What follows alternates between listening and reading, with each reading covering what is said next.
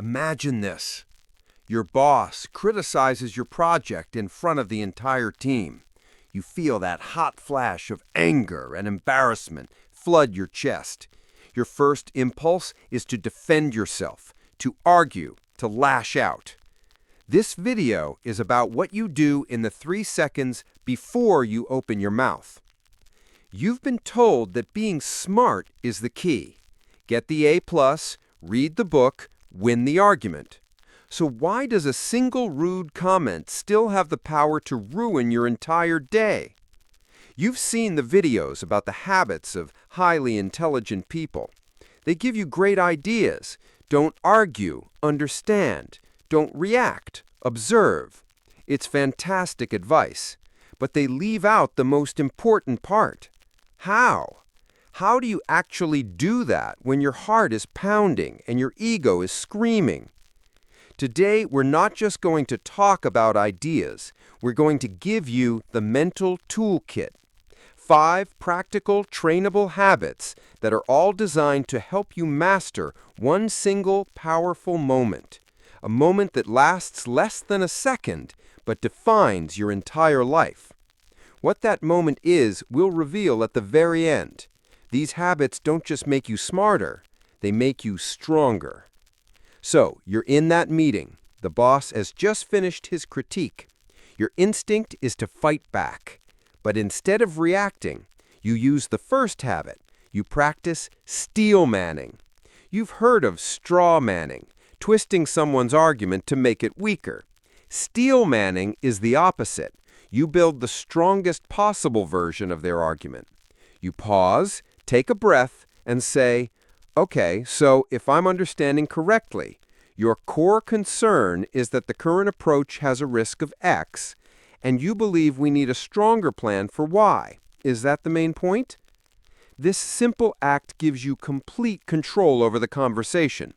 While they expect emotion and defense, you bring calm and clarity.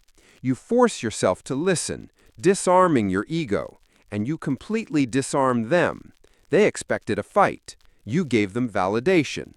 Now you're not opponents. You're two people looking at a problem.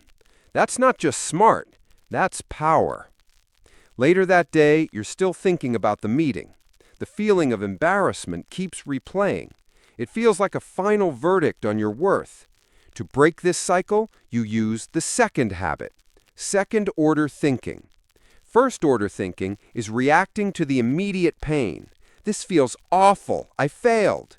Second-order thinking is the calm, strategic practice of asking, and then what? You ask yourself, okay, the criticism was harsh, and then what? I can use the feedback to improve the project. And then what? The improved project will get better results. And then what? The boss will see my ability to take feedback and grow, earning me more respect in the long run. See what happened? Most people are trapped playing checkers, reacting to the immediate move. Second-order thinking is learning to play chess. It's the habit of asking, and then what, until a single painful moment transforms into a strategic opportunity. Wait a second. Feeling your brain start to smoke a little bit? That's normal. This sounds complex, but it's really just the grown-up version of the kids' game, What Happens Next? It's about seeing the whole chessboard, not just the one piece in front of you. But this powerful technique only works if you're focusing on the right problems to begin with, which brings us to the most practical tool on this list. Back in that meeting, as your boss was speaking, your mind was likely a storm of noise. This is unfair. He doesn't understand. What will my team think? To quiet this storm, you use the third habit, a tool straight from a Roman emperor, the Dichotomy of Control. The ancient Stoics taught that your mental energy is your most precious resource, and we waste 90% of it on things we can't influence. The only things truly in your control are your thoughts, your judgments, and your actions. That's it. So you perform a mental sort. You ask, what can I control in this exact moment? Not your boss's opinion, not your team's reaction, only your response. Here's your actionable exercise. Tonight, take a piece of paper. Draw a line down the middle. On one side, write, my control. On the other, not my control. List every single thing that is causing you stress. Place each item in its correct column. Now mentally tear off the not my control side and let it go. All your focus, all your laser-like energy now goes into the first column. This isn't passivity, it's surgical precision with your power. This precision gives you a calm that other people can feel. It's what it allows you to use the fourth habit, getting comfortable with silence. After your boss finished his critique, a heavy silence fell in the room. Everyone else rushed to fill it with nervous chatter. But you used the conscious pause. You didn't just tolerate the silence, you owned it. Before you used the Steelman technique, you held the silence for 3 full seconds. This tiny gap is a superpower. To everyone else, it signals that you are calm, thoughtful, and in control. But for you, it breaks the pattern of mindless reaction. It gives your logical brain a chance to catch up with your emotional brain. You stop speaking on autopilot and start acting with intention. And that single idea, moving from reaction to intention, is the aha moment that ties everything together. It's the peak of this entire philosophy. The final and most important habit is simply this: don't react, observe. This is the secret moment we talked about at the beginning. As the psychiatrist and Holocaust survivor Viktor Frankl wrote, between stimulus and response, there is a space. In that space is our power to choose our response. In our response lies our growth and our freedom. That space is your power. The boss's criticism is the stimulus. That hot spike of anger in your chest is the initial response. But the space is that 1-second gap before you act. In that space, you observe. You feel the anger rise within you, and instead of becoming it, you simply name it. Ah, hello, anger.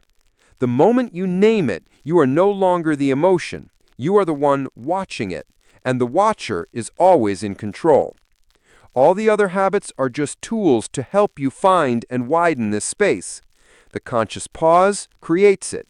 The dichotomy of control clears your mind inside it. Second-order thinking is how you strategize within it. True strength isn't the absence of emotion. It's the ability to stand calmly in the hurricane of your own feelings and choose to act from your highest values, not your lowest impulses. That is what makes you truly unshakable. So let's bring it all home. Real power isn't a high IQ. It's a well-trained mind. It's about asking instead of attacking, seeing the long game, focusing your energy like a laser, owning the silence, and living in that powerful space between what happens to you and how you respond. Now, putting this into practice is the real journey. I'm curious, which of these 5 habits feels like the biggest challenge for you right now? Is it taming your ego with steelmanning? Is it quieting your anxiety with the dichotomy of control? Let me know in the comments below with the number and why. This isn't just for engagement. Writing it down is the first step to mastering it. I'll be reading every response.